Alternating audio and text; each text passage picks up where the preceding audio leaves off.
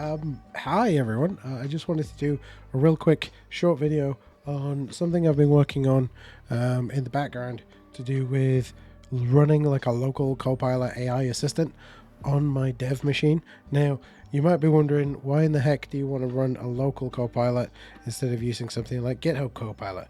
And that is totally a valid thing. My problem is that a lot of the projects I work on that are not open source require me to not let the code escape from my machine. So I have this problem where I can't actually let the code leave my machine unless it's going to, source control or something like that, or going to build a pipeline. And so if I want to have some kind of pair programmer sitting over my shoulder and helping me out, then I have to actually not do that. I have to run it locally. So what I'm going to show you today is I'm going to be using something called Ollama, which is absolutely brilliant. It allows you to run local LLMs, run like language models locally. And let me show you how that works real quick. So if I go to my cool retro term and I go Ollama, so Ollama is primarily a CLI application. So go ahead and download it by going to Ollama.com. Ollama.com and hit the download button. It'll then show you how to download it for your operating system. I'm currently using a Linux distribution. I'm currently on Fedora. So it says, hey, just run this in your thing. Now, the problem is, be very careful with this. You don't want to just run a random script without knowing what it is. So you can click and view the source for the script and it'll talk you through what it is and how it all works. I would recommend doing that for any kind of script, but always make sure you know what you're doing. In order to run Ollama, you're going to need either a CPU that has an NPU in it, so it's a neural processing unit, or a really strong GPU. Now, I've got in this machine, it's an NVIDIA 2040, I think, but it's the mobile version of the 2040, so it's not really super duper powerful, right? I'm just going to turn these tunes down. By the way, tunes being provided by where is the button? There it is. Being provided by Chill Hop here. They have a wonderful system where you can use their songs in videos and stuff, so thank you to them. But yeah, so you're going to need a relatively powerful GPU or a CPU with like neural processing stuff in it. Now, in order to use that, you're going to need either an M series chip, so like an Apple Mac laptop. I've got one behind me over here somewhere, or one of the new Snapdragon things, or one of the new Intel ones, or one of the AMD ones. You're going to need a pretty powerful, relatively recent computer. So I am using, like I said, I've got a GT something 20 something or other in this machine, relatively good NVIDIA card. Yes, I'm on Linux. Yes, I'm using that. Right, so I'm using Ollama, and like I said, it is primarily a CLI application, so I can go Ollama like this, and it shows me a whole bunch of things that I can do. Also, I absolutely love this cool retro term. You can see that I'm on Fedora, but hey, right? So I've already pulled a bunch of image models down, and the models are just literally, you go to the Ollama website and you search for them. They've got a bunch of listed on the homepage, but you can actually go ahead and search. I'm going to pull down. I'm using Llama 3.2, and I'm using Qwen2.5-Coder. I'll tell you why in a moment. But if I go Ollama ls, so yep, you can see I've got a bunch of them. I've got Nomic embedded, I've got Phi 3.5, I've got Llama 3.2, and I've got Qwen 2.5. And you can see the difference in the sizes. So real quick, Qwen 2.5 is a large language model. A large language model is large compared to the small language models, which are what Phi 3.5 and Llama 3.2 are. Small language models are different to large language models, and that large language models have a huge amount of training data sat behind them that allow you to pull from that training data, which is why the Qwen 2.5 is 4.7 gigs, whereas Llama and Phi added together don't come up to that. Phi and Llama are trained specifically on text generation, and Qwen 2.5-Coder is trained specifically on code generation. So, and we'll talk about Nomic embed text in a moment. That is not a language model. That is more to do with embeddings and stuff like that. So we'll talk about that real quick. I just want to show you really quickly how to interact with with a large language model or a small language model. If you're using Ollama, it is quite simple. You need, like I said, a pretty powerful GPU. You hit return. What it's going to do is it's going to load that into memory. It's already loaded into memory. So I can say I am currently, so this is a prompt. I'm currently doing a live stream showing off how to use language models with Ollama. The audience can see my prompt and your response. Please say hello to the viewers. Cool. So if I do that, can you see how fast it's come back? And you can actually see it's been blurry a little bit. So it's actually said, hello everyone, welcome back to this exciting session where I'm demonstrating the capabilities of language models using Ollama in, I think I've misspelt real time. Anyway, in real time straight, I don't know what that is on about.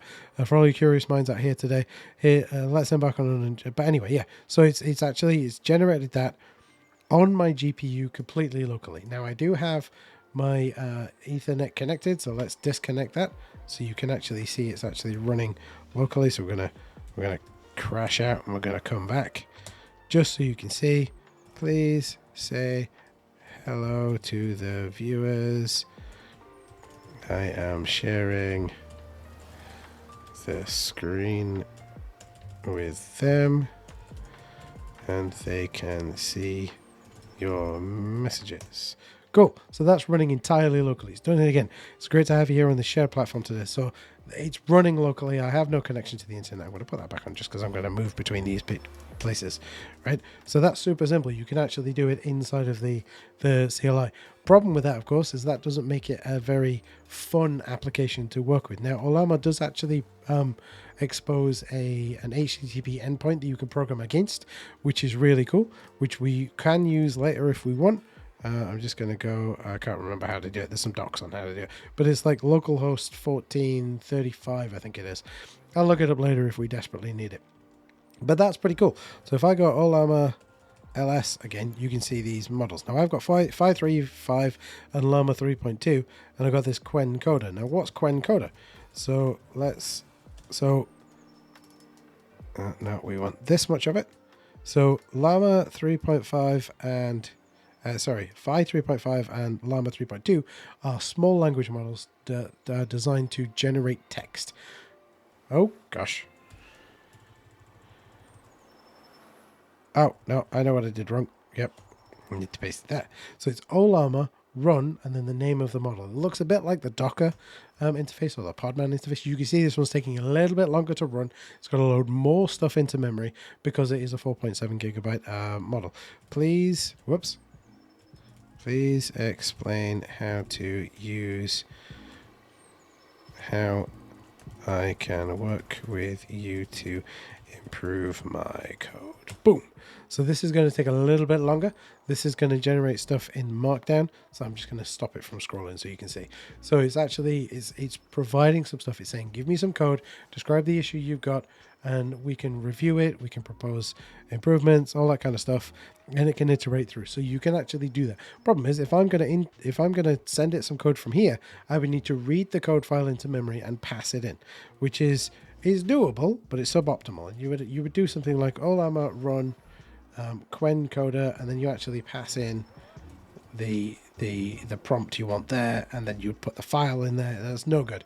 That's not very good for interactivity. So we're gonna come back to that. So we've got I've got Llama 3.2 and Phi 3. They're both slightly different. They do have 1 billion and 3 billion. There's two versions of it: 1 billion parameters, 3.5, and 3 billion parameters. That allows you to control how much weighting there is and all that kind of stuff to do with the way that it is generating the text inside the decoder. I'll do another stream another time where I talk about encoders and decoders and how that all works.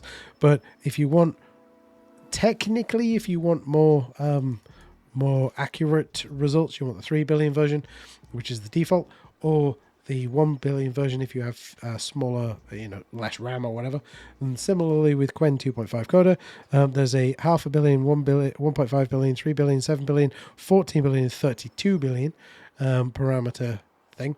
Like I said, it's all to do with the weighting of how it generates that response. The default for Qwen 2.5 on Ollama is the 7 billion version. The short version is the more parameters, the bigger the model is going to be, and the longer it will take to run on your computer, because these models have been what's called quantized. These models are not the version that you would find on a hosting service. So if you're using like ChatGPT, for instance, right? ChatGPT runs GPT-4o behind the scenes. If you were able to run that locally, you wouldn't actually be able to run it locally because you probably don't have a data center style GPU. Those are way bigger, way stronger, have loads more capability than any kind of GPU you can find in modern consumer computer hardware, or indeed the NPUs. So all of these have been quantized, reducing their accuracy, reducing their ability to do certain things, not down to a point where it's useless, but to a point where it's runnable on your machine, and it actually produces results in a timely manner. So what have I done, and why am I talking about this? So I actually happened upon both Qwen 2.5 and Continue recently. Continue is a set of extensions for both VS Code and for any JetBrains IDE that will allow you to interact with locally running LLMs or SLMs. Llama 3.2 and 3.5 are SLMs, remember, small in comparison to the large, and LLMs, Qwen2.5-Coder, is a large language model, large in comparison to the small. So I can communicate with two of those. I can communicate with those inside of my IDE. Now I'll talk through how I did it in a moment, but let's have a look at Rider and see what that looks like, right? So I've already installed it. I've already set it up. I'm going to open up my OWASP headers NuGet package, which, by the way, whilst that loads, NuGet.org, where are we? NuGet.org. I lost where my fingers were for a second there. Not always something you want to hear. OWASP is go. So we'll look for this. By the way, this was pointed out to me very recently. I also need to upgrade this because this now supports .NET 6, which on the day of recording this is no longer supported by Microsoft. Check this out. 1 million total downloads. How cool is that? We also have a fresh new logo, which you should check out, and all sorts of stuff. So do check that out. Right, let's minimize this and go back to here. So what I've done with Rider is I've actually pre-installed the plugin. What you do is you go to settings, you go to plugins, and then you look in the marketplace for, what was it called? It was called Continue. And it's right there. It's made by Continue.dev. You hit install. I'm not going to upgrade it whilst we're doing it live because I've never done that. Everyone who knows that kind of thing, he says you shouldn't change your environment whilst you're streaming. So anyway, we've installed that. When you first run it, ignore this bit up here. You get this kind of window here, which says quick start, best, and local. So if you do quick start, you need an API key for some external service. If you want to do best, you can then put in all sorts of stuff, and it will. So it's saying, hey, I need a Claude 3.5 Sonnet key from Anthropic because they've had the best responses with that. The autocomplete model, we'll talk about that in a minute. CodeStrel, they want a Minstrel API key. You put that in there. You put both keys in. You hit connect, and you're done. I'm using local, but we'll talk about this in a moment. So I'm just going to close this. So what I've done is I'm actually able to go. Now let's see if this works. Right. So let's see what the slash commands are. Slash. Okay, please explain this code base. Now, if I just say that, so I've typed into the conversation there, please explain this code base. If I just type that, it's going to ask me, you need to give me the code base.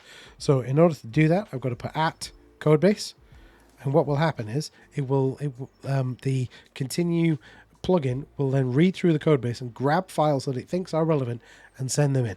Now, opening a project in Rider with Continue enabled slows things down ever so slightly because it's got to actually embed and encode and build tokens for your code base, which is why if we go back to here and I go Ollama ls again, I've included the nomic embedded text model, which tells Ollama how to build embeds for the text that I'm going to give it. Now, real quick on that. So imagine, so this is going to be completely wrong. Okay. What I'm about to say is a gross oversimplification of how tokens and embeds and vectors work in a language model of any kind, right? Let's take this sentence. Feel free to share your code. Let's get it started, right? Now, let's say this isn't how it works. Let's say that we tokenize some input based on the words, right? So we'll take this sentence and we'll tokenize it. That means break it down into individual tokens. What that means is we'll get one token for free, one token for feel free to share your code. So let's copy this out, right? I'm going to copy that. I'm going to put this over here real quick. So if we're going to take this, we would end up with a token that reads 1, feel, and then a token that reads 2, free, and a token that reads 3, that's 2. That needs to be a lowercase f. You get the point, right? We've split that whole sentence into share 5 your, right? And what happens here is all we're doing is we're splitting that sentence into, whoops, so that's 7, and I may as well finish this up real quick. And that key number 8 will be let's. So the idea is that we're building up a list of tokens in this sentence, right? And this isn't how it works. It works kind of like this, but not quite like this. In a real tokenized LLM situation, it will actually break down by groups of letters. So it might be 3 letters at a time. But to make it easier to get to the point that I'm making, we'll say that it does it per word, right? So we've split this sentence. We're going to ignore the exclamation mark into tokens. Then it creates vectors from each of these words. So a vector is a mathematical representation of a number that has at least 2 parts. Usually it's 3. So you might say an X, a Y, and a Z.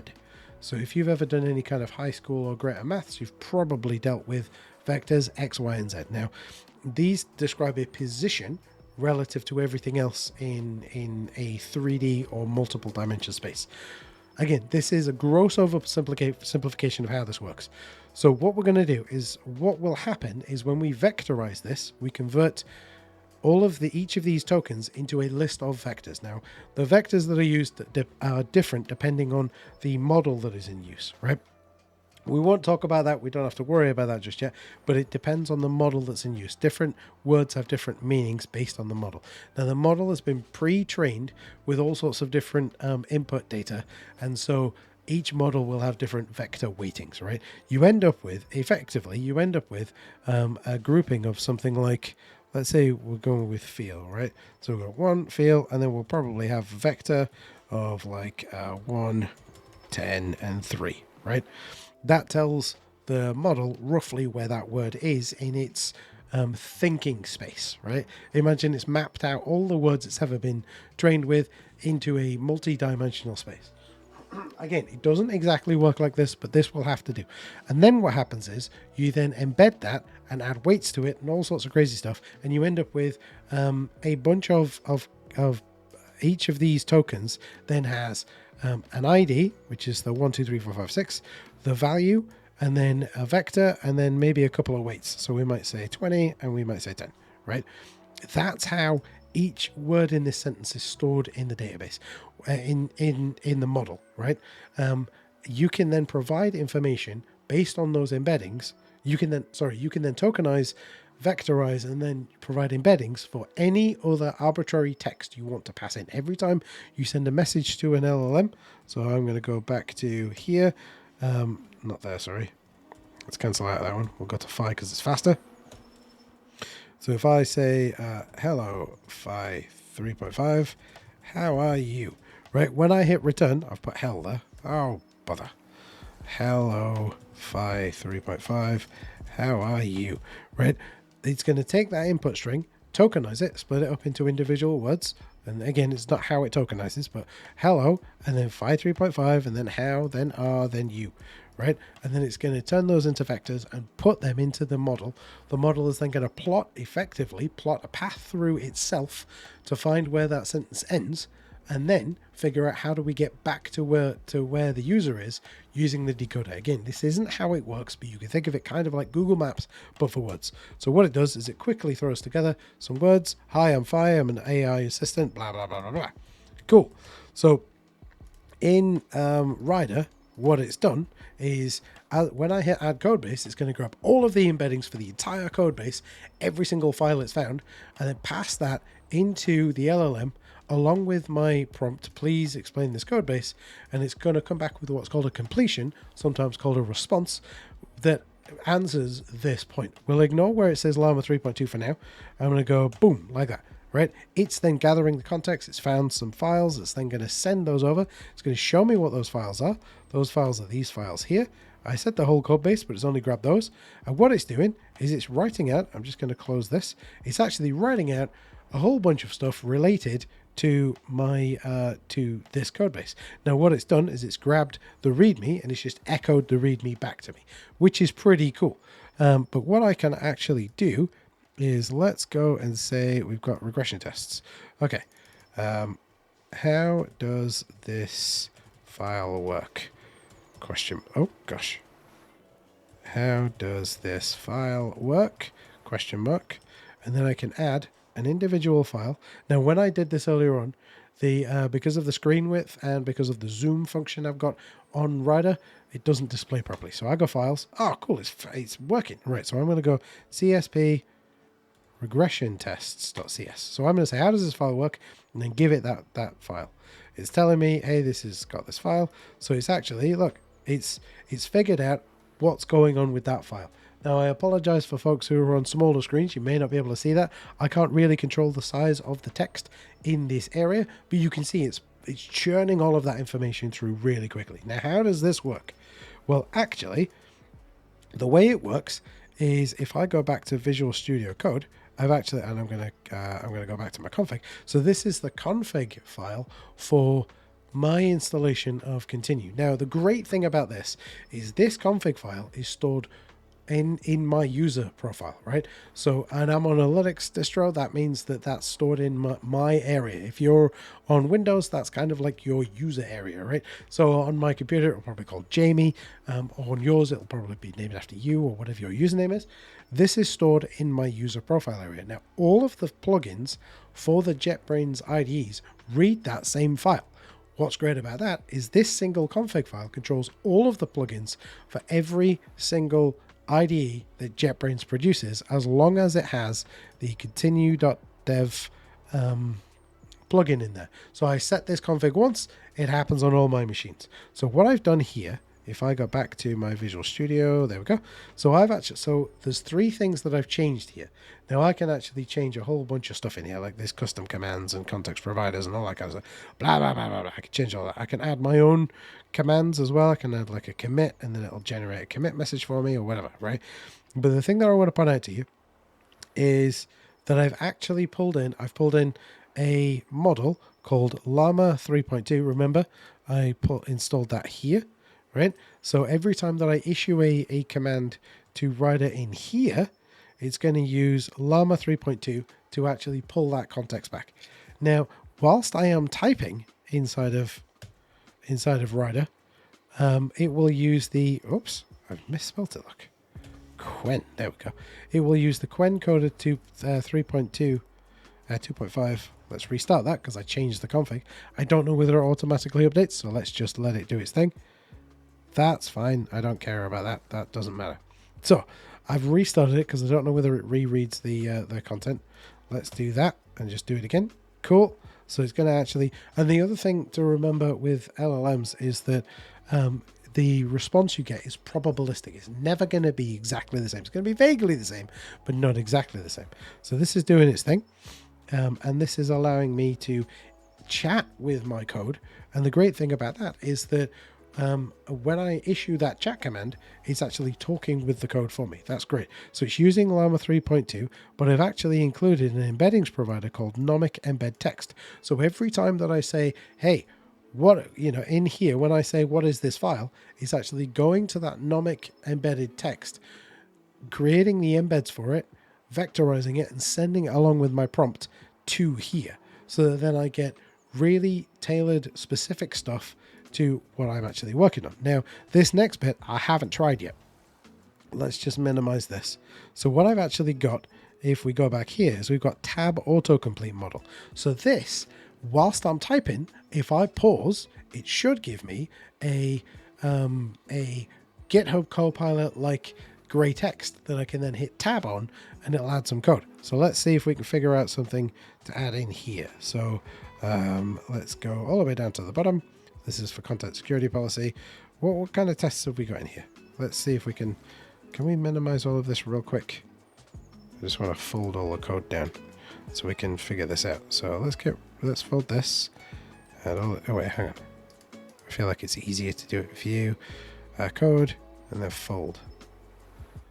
Collapse recursively to definitions. Excellent. Right. So we've got multiple of the same value. Add unnecessary space. Adds unnecessary space. Okay. So what about if we do add a test for empty CSP? Look at that. So I don't know if you can see. I've stopped. I've paused. It's added that text. Now, this is going to complete that comment. It's not actually going to write the code for me, but that is Qwen2.5 stepping in and saying this is what we can do. So let's hit tab on that. So I'm going to go public. I'm going to go async. I'm going to go task. Empty CSP. Delete me. I don't want to call it delete me. I'm going to do this. So if I hover on that and let it finish. Okay, fair enough. So I'm going to go arrange. I've literally not done this yet, folks. So act, assert. Some people don't like it when you do the act, arrange, assert thing. Whoops.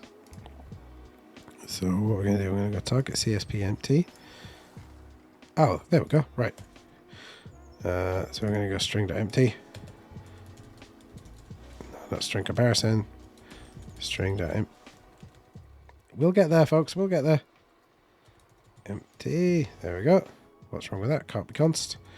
So we'll do var string target CSP. Cool. Now, if I hit, oh yeah, I've put var and then the type. So let's do. Wow. Can you tell it's been a long day, right? So I can chat with that. So I can say, based on this line, I want to chat with you. Cool. Okay.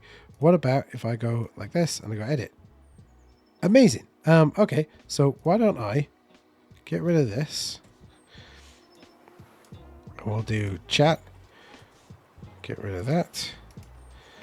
Write a unit test which tests for an empty target CSP, which ensures that nothing breaks when an empty string is passed into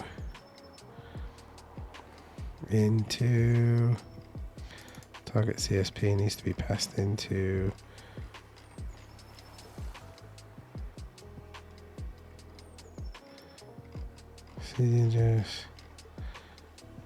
into the CSP URIs. Okay. Set CSP URIs method. I don't know what this is going to do. I'm trying this out completely blind. So let's see what happens. Can I collapse this? I can't. Okay. That's cool. I don't know what it's going to do. We'll find out.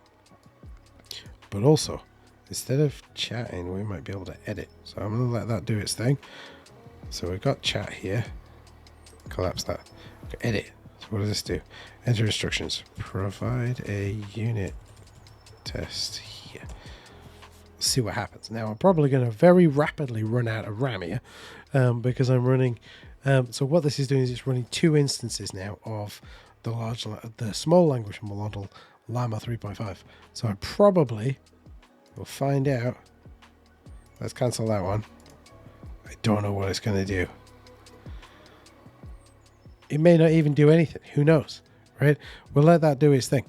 So yeah, so I've pulled down Llama 3.2 and I've actually pulled down Phi as well. And I pulled down Qwen2.5-Coder. There's loads of these models, by the way, whilst that's doing its thing.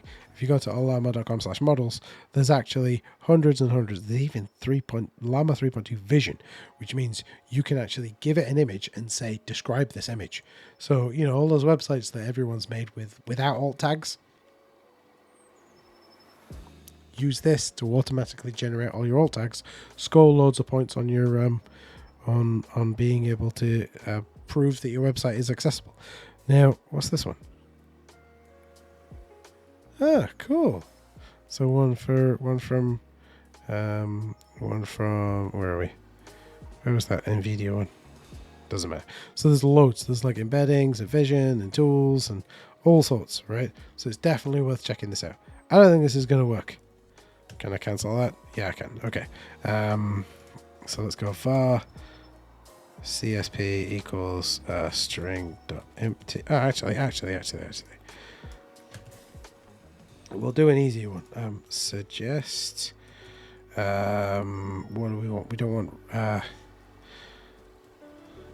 there any recommendations you would make for this file? At file CSP regressions test. There we go. So what I'm saying is, are there any recommendations you would make for this file? Then passing in the file, it's going to go ahead. So what's actually happening? Oh, I can remove that. See if it picks that up. So it's going to pass the code in and pass the text that I've typed in, and it's going to tell me something to do with how can I make this file better? That is if it runs. It may actually crash because this is still in beta. It's doing. I tell you what I'm going to do. I'm going to go like this. I'm going to exit. I'm going to go back to here and make sure that nothing is running. PS. Yeah, so there's nothing running. Okay, cool. We'll come back into Rider. We'll start it again. Excuse me. We'll do that same asking for recommendations. So, whoops. Are there any recommendations you'd make for this file? So I'm going to copy that. Are there any recommendations you would make for this? Can you hear the fans? You probably can't. CSP regression tests, because this mic is really quite good. Maybe if I aim the mic at the laptop.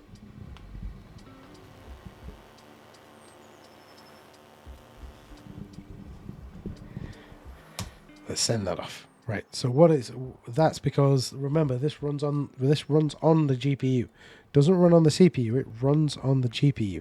So it's already making suggestions on what I can actually do, which is really cool. So this is useful for me. And again, remember, Continue.dev is in beta, so this is still brand new tech, which is why it fell over earlier on, because I gave it way too much to do. The reason I gave it too much to do is because it's running on my machine, which has a mobile GPU. This is a laptop, right? So it's a mobile GPU, not a full GPU, which means that it's a little bit less strong. It's not as strong as it could be. Wow, I can't have words. Anyway, did it come out with use meaningful assert messages, fixture patterns? Cool. So it's actually by implementing these recommendations. Okay, show me an example of one of these recommendations that I can action in this file. It's probably going to say, cool, right. So it's actually given me the code. And look at this, right? I'll just stop it from scrolling. We've got insert at the cursor, we've got copy, and we've got apply. So I can just push that button and apply it directly onto the file, right? How cool is this? Now, why is this so good? Because it's running entirely on my machine. If I remove my internet connection again, right, and actually pull the cable, right, we're no longer connected now. It is still working. In this example, I've extracted a virtual method that performs the command logic for the test. Each test now. Can you recommend removing any of the namespace declarations? So I know declarations. So I can see in here that this can be removed. So let's see if it can. Oh, right. Okay. So it's recommending removing a couple. Remove that one where it's not explicitly required. Remove the enums one and the extensions one and the models one if they're not being used in the current test method. Okay. So it doesn't know which ones aren't being removed. It doesn't know which ones aren't being actually system collections, link, threading, tasks, ASP.NET Core, enums, extensions, and XUnit. So it's saying remove this one and remove that one. That's pretty cool. So I can actually apply that from here and go splat into here. How cool is that? Can you see it working its way down the file? Oh, wow. Okay. I'm going to undo this anyway, but look, it's going through and actually making changes to the file.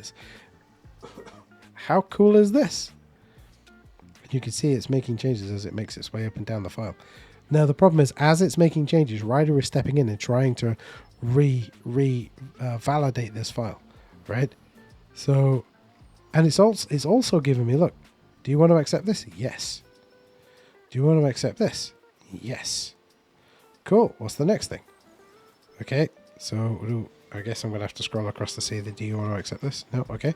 So then, do you want to accept this? Yes. And then you can work your way down the file doing that. So I'm going to actually close that file and reopen it. Hopefully it hasn't made any changes. It has. Okay, so that's file. I'm going to go to the thing here and I'm going to undo that.